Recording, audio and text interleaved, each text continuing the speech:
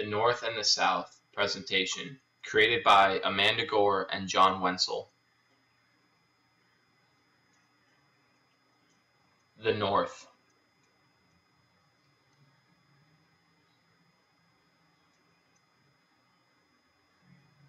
Sam Slater was a farmer who came from England to establish textile mills in the North. Slater created the Rhode Island system, which allowed entire families to come work for him instead of just interns.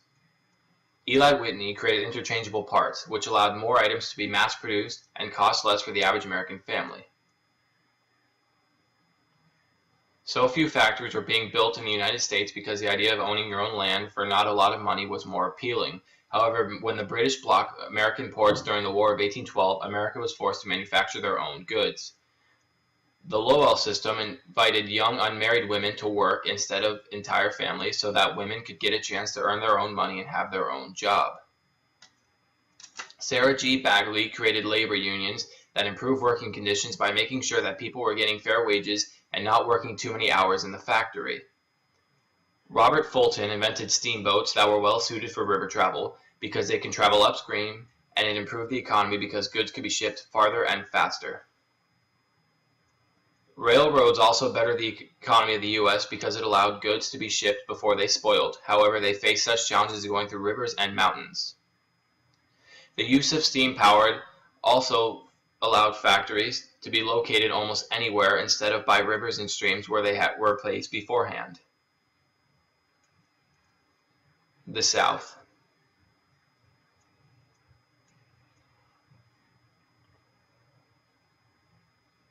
The cotton gin made the separation of the seeds from the cotton much easier and quicker, but since more cotton was able to be produced, more slaves were needed to pick, process, and pack the cotton. There were fewer industries in the South because owning your own land and growing cotton was seen as more profitable than working in someone else's factory.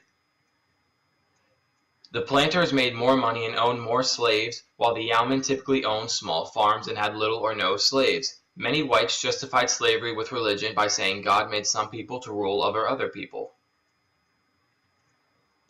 Slaveholders typically controlled slaves by punishing them by whipping, chaining, and locking the slaves up. Although the slaves working in the planters' homes had less tedious work than the field hands, they were working all around the clock. Slave parents taught their children aspects of their own religion and African culture to keep them close to who they are. The most violent rebellion was the Nat Turner Rebellion that took place in August 1831. That resulted in 100 slave deaths, 60 white deaths, and stricter slave codes to make sure nothing like that could ever happen again. Created using Powtoon.